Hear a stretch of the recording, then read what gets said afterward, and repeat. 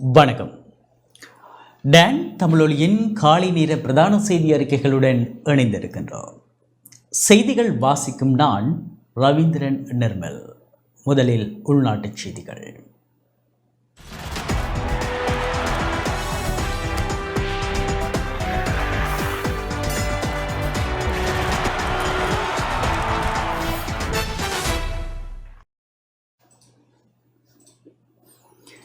இலங்கையின் பிணை முறை பத்திரங்களை மறுசீரமைப்பு செய்வதற்கு பிணைத்தாரர்களுடன் இணக்கமிட்டப்பட்டுள்ளது. இலங்கை மற்றும் சர்வதேச கடன் வழங்குனர்கள் 12.5 பில்லியன் டாலர் பத்திர மறுசீரமைப்புக்கான விதிமுறைகளில் உடன்பாட்டை எட்டியுள்ளனர். இது தொடர்பான இணக்கப்பாடு நேற்று எட்டப்பட்டதாக ராய்ட்டர்ஸ் செய்தி நிறுவனம் தெரிவித்துள்ளது. இந்த நிலையில் இரண்டு தரப்புகளும் விரைவில் உடன்பாட்டில் கையெழுத்திடலாம் என எதிர்பார்க்கப்படுகின்றது. ஒரு வருடத்துக்கும் மேலாக நடைபெற்ற பேச்சுவார்த்தையின் பின்னர் இந்த உடன்பாடு எட்டப்பட்டுள்ளதாக தெரிவிக்கப்படுகின்றது. இது நிதி நெருக்கடியிலிருந்து இலங்கையின் மீட்சிக்கான முக்கிய படியாக கருதப்படுகின்றது. இலங்கை தமிழரசு கட்சியின் மூத்த தலைவர் இரா சம்பந்தனின் பூதவுடல் யாழ்ப்பாணத்தில் இன்று அஞ்சலிக்காக வைக்கப்பட உள்ளது. இலங்கை தமிழரசு கட்சியின் மூத்த தலைவர் இரா ராஜவிரோதியம் சம்பந்தனின் பூதவுடல் யாழ்ப்பாணத்தில் தந்தை சில்வா கலையரங்கில் இன்று அஞ்சலிக்காக வைக்கப்பட உள்ளது. காலை 10 மணி முதல் மாலை 4 மணி வரை சம்பந்தனின் பூதவுடலுக்கு அஞ்சலி செலுத்த முடியும் என கட்சியினர் அறிவித்துள்ளனர். சம்பந்தனின் இறுதிக்கிரியை எதிர்வரும் ஞாயிற்றுக்கிழமை திருகோணமலையில் நடைபெறவுள்ளமை குறிப்பிடத்தக்கது. ஐக்கிய மக்கள் சக்தியின் பசறை தொகுதி அமைப்பாளர் தொலபாவத்து மக்களை சந்தித்து கலந்துரையாடினார். ஐக்கிய மக்கள் சக்தியின் பசறை தொகுதி அமைப்பாளர் லட்சுமணர் சஞ்சய் நேற்று தொலபாவத்து மக்களை சந்தித்து கலந்துரையாடியுள்ளார். எதிர்வரும் தேர்தலில் சஜித் பிரேமதாசவின் வெற்றியை உறுதி செய்யும் நோக்கில் குறித்த கலந்துரையாடல் மேற்கொள்ளப்பட்டது. கலந்துரையாடலின் போது மலையக மக்கள் தற்போது பொருளாதார சூழ்நிலையில் சந்திக்கும் பிரச்சனைகள், நாட்டில் காணப்படும் பொருளாதார நெருக்கடி, தற்போதுள்ள அரசாங்கம் செயற்படும் விதம் தொடர்பில் கலந்துரையாடப்பட்டது. சஜித் பிரேமதாச ஆட்சியில் நாட்டில் ஏற்படுத்தப்படும் அபிவிருத்திகள் தொடர்பிலும் சுட்டிக்காட்டப்பட்டது. குறித்த சந்திப்பில் தொலபாவத்தை பிரதேச மக்கள் கலந்து கொண்டனர்.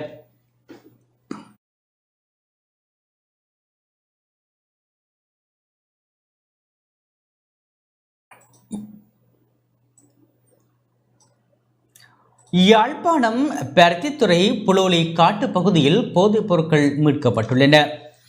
யாழ்ப்பாணம் பருத்தித்துறை புலோலி காட்டு பகுதியில் கேரள கஞ்சா மற்றும் போதை மாத்திரைகள் மீட்கப்பட்டுள்ளன. இராணுவ புலனாய்வு பிரிவினருக்கு கிடைத்த தகவலின் அடிப்படையில் நேற்று புலோலி காட்டு பகுதியில் தேடுதல் நடவடிக்கை முன்னெடுக்கப்பட்டது. இதன்போது காட்டுப்பகுதியில் மறைத்து வைக்கப்பட்டிருந்த 1 கிலோ கேரள கஞ்சா மற்றும் 290 போதை மாத்திரைகள் தராசு என்பன மீட்கப்பட்டன. இருப்பினும் சந்தேக நபர்கள் எவரும் கைது செய்யப்படவில்லை. பருத்தித்துறை போலீசார் மேலதிக விசாரணைகளை மேற்கொண்டு வருகின்றனர்.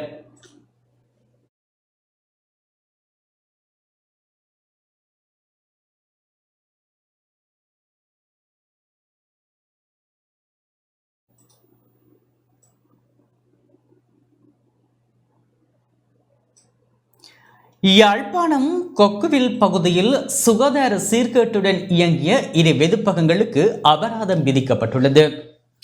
யாழ்ப்பாணம் கொக்குவில் பகுதியில் சுகாதார சீர்கேட்டுடன் இயங்கிய 2 வெதுப்பகங்களுக்கு 1,60,000 ரூபாய் அபராதம் விதிக்கப்பட்டுள்ளது.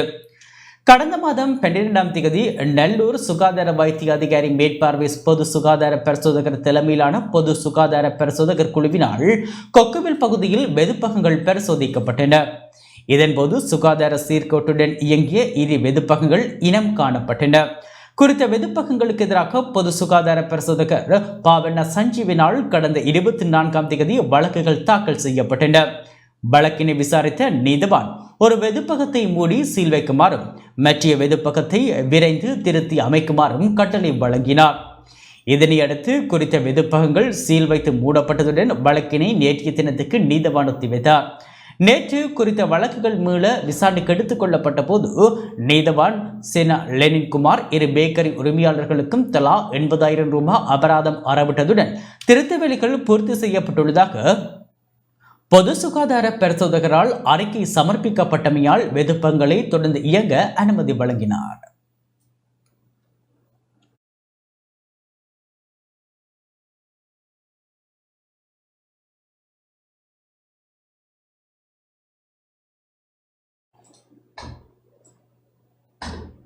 இலங்கைக்கும் இந்தியாவுக்கும் இடையிலான கப்பல் சேவை மிக விரைவில் ஆரம்பிக்கப்படும் என அமைச்சர் நிமல் சிறிபால டி சில்வா தெரிவித்துள்ளார். இந்தியாவின் $69 மில்லியன் நிதி உதவியின் கீழ் யாழ்ப்பாணம் காங்கேசன்துறை துறைமுகம் அபிவிருத்தி செய்யப்படும் எனவும் இலங்கைக்கும் இந்தியாவுக்கும் இடையிலான கப்பல் சேவை மிக விரைவில் ஆரம்பிக்கப்படும் எனவும் துறைமுகங்கள், கப்பல் துறை மற்றும் விமான சேவைகள் அமைச்சர் நிமல் சிறிபால டி சில்வா தெரிவித்துள்ளார். நேற்று ஜனாதிபதி ஊடக மையத்தில் இடம்பெற்ற ஊடகவியலாளர் சந்திப்பில் இவ்வாறு குறிப்பிட்டார். நாட்டின் பொருளாதார முன்னேற்றத்துக்கு தேவையான கடன் மறுசீரமைப்பின் முன்னேற்றம் குறித்து ஜனாதிபதி ரணில் விக்ரமசிங்க நாடாளுமன்றத்தில் விளக்கம் அளித்தார். அரசியல் காரணங்களுக்காக எதிர்க்கட்சிகள் இது நெற்செய்தி அல்ல என கூறினாலும் நாட்டை பற்றி சிந்தித்தால் இது மிகவும் ஒரு நெற்செய்தி என்பதை கூற வேண்டும். சர்வதேச நாணய நிதியம் யாருடைய முகத்தையும் பார்க்காமல் சட்டங்கள், விதிமுறைகள் மற்றும் அளவுகோல்களின் அடிப்படையில் மாத்திரமே மறுசீரமைப்பு செயற்பாட்டில் ஈடுபடுகின்றது. எதிர்க்கட்சி தலைவர் சஜித் பிரேமதாசவின் கூற்றுப்படி அர்ஜென்டினா, ஈக்வடோர் மற்றும் கானாவில் இருதரப்பு கடன்களுக்காக அன்றி வர்த்தக கடன்களுக்கு 25% கடன் தள்ளுபடி செய்யப்பட்டுள்ளது. எமது வர்த்தக கடனை மறுசீரமைப்பதற்கான பேச்சுவார்த்தைகளில் நாம் இன்னும் ஈடுபட்டிருக்கின்றோம். அவரது அறியாமையால் இன்னும் முடிவு எட்டப்படாத ஒரு விடயத்தை பற்றியே குறிப்பிட்டுள்ளார். ஒவ்வொரு நாட்டின் பொருளாதார வலிமைக்கு ஏற்பவே இதனை செய்யுமாறு சர்வதேச நாணய நிதியம் வழங்கிய அறிவுறுத்தல்களின்படி இந்த அளவுகோல்கள் மாறுகின்றன. இவ்வாறான சர்வதேச ரீதியில் ஏற்றுக்கொள்ளப்பட்ட சூழ்நிலைகளை கருத்தில் கொள்ளாமல் குறுகிய அரசியல் நோக்கங்களுக்காக செயற்படுவது ஏற்புடையது அல்ல என்பதை கூற வேண்டும். இந்த நாட்டை பேரழிவில் இருந்து மீட்பதற்கான முதல் அடியை ஜனாதிபதி ரணில் விக்ரமசிங்கே எடுத்துள்ளார். இரண்டாவது படி அதை பாதுகாத்து முன்னேறுவதாகும். இல்லையில் நாடு 2 வருடங்களுக்கு முன்பு இருந்த நிலைக்கு திரும்புவதை தடுக்க முடியாது. இந்த விட வரவு செலவு திட்டத்தில் மாகாண சபைகள், பிரதேச சபைகள், அரசு திணைக்களங்கள் மற்றும் நலம்புரி போன்ற சமூக பாதுகாப்பு நலன்களுக்காக நிதி ஒதுக்கீடு செய்யப்பட்டுள்ளது. அவற்றின் செயற்பாடுகள் தேர்தலை எதிர்பார்த்து செய்யப்படுவதில்லை. ஸ்ரீலங்கன் விமான சேவையை மறுசீரமைக்கும் பணிகளையே நாம் மேற்கொள்கின்றோம். மாறாக அதனை விற்கவில்லை. இலங்கை சட்டத்தின்படி ஸ்ரீலங்கன் விமான சேவையில் 49% மட்டுமே வேறு நிறுவனங்களுக்கு வழங்க முடியும். அதற்கும் சர்வதேச அளவில் குறைந்தபட்ச ஆர்வமே உள்ளது. அதற்கு 6 நபர்களை முன்வந்துள்ளனர். அவர்களில் பொருத்தமான எவரையும் நாங்கள் இனம் காணவில்லை. இலங்கை தொழில் முனைவோருக்கு வழங்குவதாக இருந்தாலும் அவர்களும் அவர்களது இயலுமையை நிரூபிக்க வேண்டும். ஜப்பான் சர்வதேச ஒத்துழைப்பு நிறுவனம் அடுத்த வாரம் நமது திட்டங்களை மீண்டும் தொடங்குவது குறித்து கலந்துரையாட உள்ளது. இது கடன் மறுசீரமைப்பின் மற்றொரு நன்மையாகும். விமான நிலைய திட்டத்திற்கு சீன நிறுவனங்கள் முன்வந்தாலும் ஜப்பானுடன் செய்து கொண்ட இணக்கப்பாட்டின் பிரகாரம் அந்த ஒப்பந்தங்கள் ஜப்பானிய நிறுவனங்களுக்கே வழங்கப்பட வேண்டும். பாரிய நஷ்டத்தை சந்தித்து வரும் மத்தள விமான நிலையத்தின் நிர்வாகம் அடுத்த சில வாரங்களில் ரஷ்ய இந்திய கூட்டு நிறுவனத்திடம் ஒப்படைக்கப்பட உள்ளது. இந்தியாவின் $69 மில்லியன் நிதி உதவியின் கீழ் காங்கேசன்துறை துறைமுகம் அபிவிருத்தி செய்யப்படும். அண்மையில் இலங்கைக்கு விஜயம் செய்த இந்திய வெளிவிவகார அமைச்சர் எஸ் ஜெய்சங்கர் இலங்கைக்கும் இந்தியாவுக்கும் இடையிலான கப்பல் சேவை மிக விரைவில் ஆரம்பிக்க நடவடிக்கை எடுக்கப்படும் என என்னிடம் தெரிவித்தார் என குறிப்பிட்டுள்ளார். සම්මතයන් නිර්ණායකයන් හා ඔවුන්ගේ තියෙන නීති රීති රෙගුලාසි මත රනිල් වික්‍රමසිංහ ගියා කියලා යම් ප්‍රමාණයක් අඩු කරනවා නම් සජිත් ප්‍රේමදාස ගියා කියලා ඊට වැඩි අඩු ප්‍රමාණයක් අඩු කරන්නේ නැහැ. එහෙම ජාත්‍යන්තර අරමුදල එක யாழ்ப்பாணம் தெல்லிப்பளை பகுதியில் உள்ள மகளிர் மற்றும் சிறுவர் இல்லங்களை மூடுவதற்கு நடவடிக்கை எடுக்குமாறு வடக்கு மாகாண ஆளுநர் பணிப்புரை விடுத்துள்ளார். யாழ்ப்பாணம் தெல்லிப்பளை பகுதியில் இயங்கும் மகளிர் மற்றும் சிறுவர் இல்லங்கள் தொடர்பில் ஆளுநரின் நேரடி கண்காணிப்பின் கீழ் இயங்கும் அபயம் பிரிவுக்கு கிடைத்த முறைப்பாட்டுக்கு அமைய 2 இல்லங்களையும் உடனடியாக மூடுமாறு வடக்கு மாகாண ஆளுநர் PSM சார்ல்ஸ் பணிப்புரை விடுத்துள்ளார். மகளிர் இல்லம் ஒன்றில் பொருத்தமற்ற இடத்தில் பொருத்தப்பட்ட CCTV கேமராக்கள் தொடர்பிலும் பதிவு செய்யப்படாத சிறுவர் இல்லம் தொடர்பிலும் முறைப்பாடு கிடைக்கப்பெற்றது. அபியம் பிரிவினரால் கோரப்பட்டதற்கு அமைய தெல்லிப்பளை பிரதேச செயலரால் ஆளுநருக்கு களவிஜய விசாரணை அறிக்கை சமர்ப்பிக்கப்பட்டது. அந்த அறிக்கைகளின் பிரகாரம் தெல்லிப்பளை பகுதியில் இயங்கும் குறித்த 2 இல்லங்களையும் மூடுமாறும் விடயம் தொடர்பான அடுத்த கட்ட நடவடிக்கைகளை மேற்கொள்ளுமாறும் நன்னடத்தை மற்றும் சிறுவர் பராமரிப்பு திணைக்கள ஆணையாளருக்கு ஆளுநரால் பணிப்புரை விடுக்கப்பட்டுள்ளது.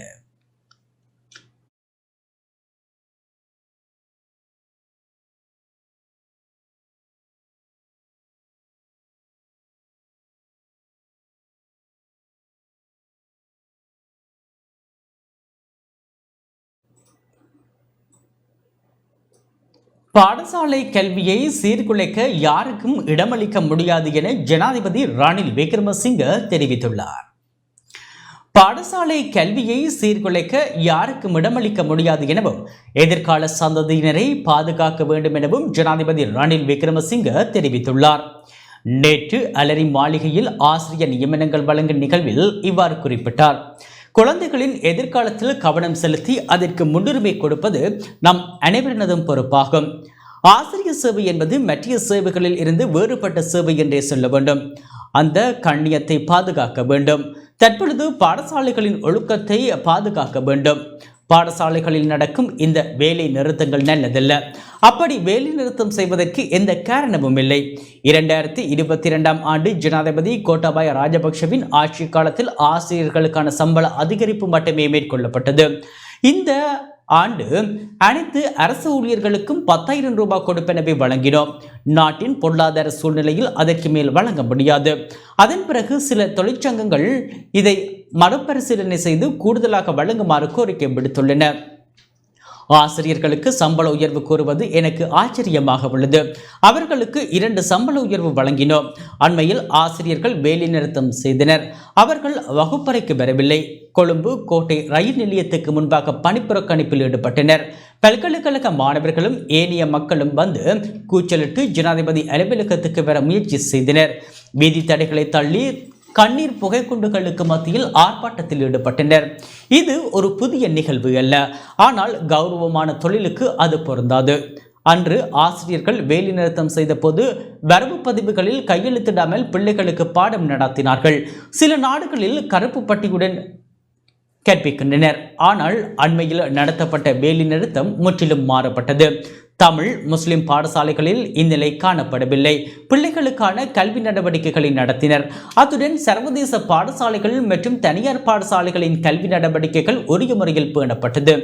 ஆனால் அனைத்து சிங்கள மொழி மூல பாடசாலைகளிலும் கல்வி நடவடிக்கைகள் நிறுத்தப்பட்டன. சாதாரண கிராமங்களை சேர்ந்த ஏழை பிள்ளைகள் இந்த பாடசாலைகளுக்கே செல்கின்றனர். இதுவா ஆசிரியர் பணியின் பொறுப்பு என கேள்வி எழுப்ப விரும்புகின்றேன். தமிழ் முஸ்லிம் பாடசாலைகளின் ஆசிரியர்கள் கல்வியின் முக்கியத்துவத்தை புரிந்து கொண்டுள்ளனர். நுவரெலியா போன்ற பிரதேசங்களில் சிங்கள மொழி மூல பாடசாலைகள் இடம்பெறாத போது தமிழ் மொழி பாடசாலைகள் கல்வி நடவடிக்கைகள் தொடர்ந்தன. இவ்வாறான நிலை நாட்டில் ஏற்படக்கூடாது. சில பாடசாலைகளில் ஆசிரியர்களுக்கு பாடசாலைகளுக்கு வரக்கூடாது என மிரட்டல் விடுத்தனர். அரசாங்கம் எதுவும் செய்யவில்லை என மக்கள் குற்றம் சாட்டுகின்றனர். அதே போன்று அவர்களுக்கு ஆதரவாக செயற்படுகின்றனர் என எதிர்க்கட்சிகள் மீது குற்றம் சாட்டுகின்றனர். இது ஒரு நல்ல நிலைமை இல்லை. முற்பகல் 7:30 மணி முதல் பிற்பகல் 1:30 மணி வரை யாரும் நேரடியாகவோ அல்லது மறைமுகமாகவோ பாடசாலை கல்வியை சீர்குலைக்க முடியாது. இது தொடர்பான பரிந்துரை ஒன்று வழங்குமாறு நான் சட்டமா அதிபரிடம் தெரிவித்தேன். பாடசாலையை மூடுவதன் மூலமோ வேலை நிறுத்தம் செய்வதன் மூலமோ பிள்ளைகளின் கல்வியை யாரும் சீர்குலைக்க முடியாது. எதிர்கால சந்ததியினருக்காக நாம் அந்த நடவடிக்கை எடுக்க வேண்டும். ஆசிரியர் இடமாற்ற முறைமையை கணனி மூலம் செய்யலாமா என்பது குறித்து அமைச்சரிடம் நேற்று கலந்துரையாடினேன். பதவி உயர்வு அல்லது ஆசிரியர்கள் தொடர்பில் யாருக்கும் அநீதி இழைக்க அனுமதிக்க முடியாது. அதே போன்று இதற்கு பின்னர் இவ்விடயம் தொடர்பில் கடுமையாக செயற்பட வேண்டி ஏற்படும் என்பதை தெரிவித்துக் கொள்கின்றேன். சிலருக்கு என் மீது கோபம் ஏற்படலாம். ஆனால் அதுதான் யதார்த்தம். நாம் நமது பிள்ளைகளுக்கு சிறந்த எதிர்காலத்தை உருவாக்க அனைத்து நடவடிக்கைகளையும் மேற்கொள்ள வேண்டும். பிள்ளைகளின் எதிர்காலத்தில் கவனம் செலுத்துமாறு அனைவரையும் கேட்டுக்கொள்கின்றேன். இந்த நாசகார செயல்களுக்கு துணை போக வேண்டாம் என எதிர்க்கட்சிகளிடம் முக்கிய வேண்டுகோளை விடுக்கின்றேன். ஏனெனில் மக்களினதும் பெற்றோர்களினதும் குரலுக்கு செவிசாய்த்து செயற்பட வேண்டும் என குறிப்பிட்டுள்ளார். දීලා නැහැ. මේ සියල්ලම යුතුයකම.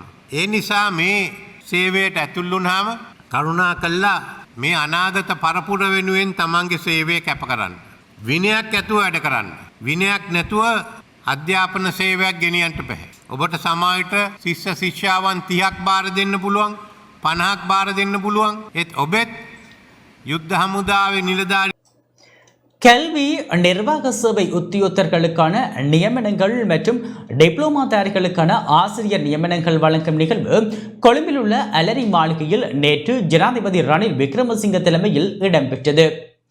அரசு சேவை ஆணைக்குழுவின் கல்வி சேவை குழுவினால் அங்கீகரிக்கப்பட்ட 60 பேருக்கு நியமனம் வழங்கப்பட்டதுடன் 1706 பட்டதாரிகளுக்கும் 453 ஆங்கில டிப்ளோமா பெற்றவர்களுக்கும் ஆசிரியர் நியமனங்கள் வழங்கப்பட்டன.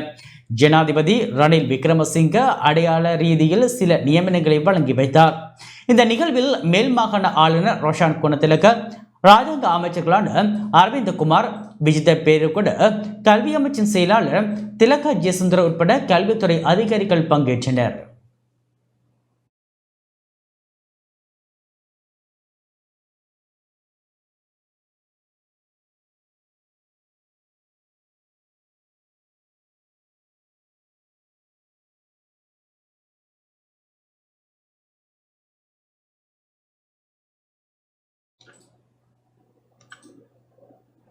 தொடர்வது உலக செய்தி.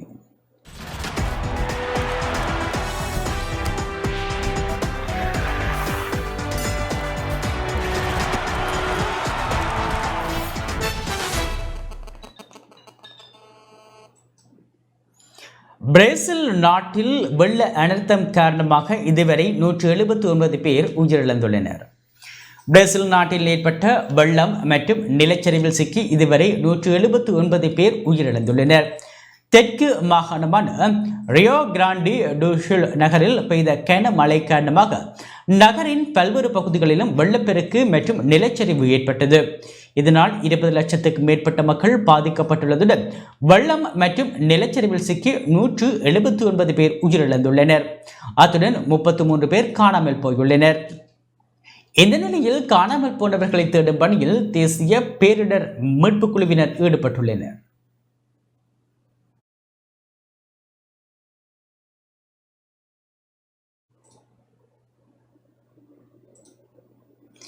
இத்துடன் ரேன் தமிழொலியின் காலை நேர பிரதான செய்தி அறிக்கைகள் நிறைவு பெற்றன. தொடர்ந்தும் எமது நிகழ்ச்சிகளுடன் இணைந்திருங்கள். வணக்கம்.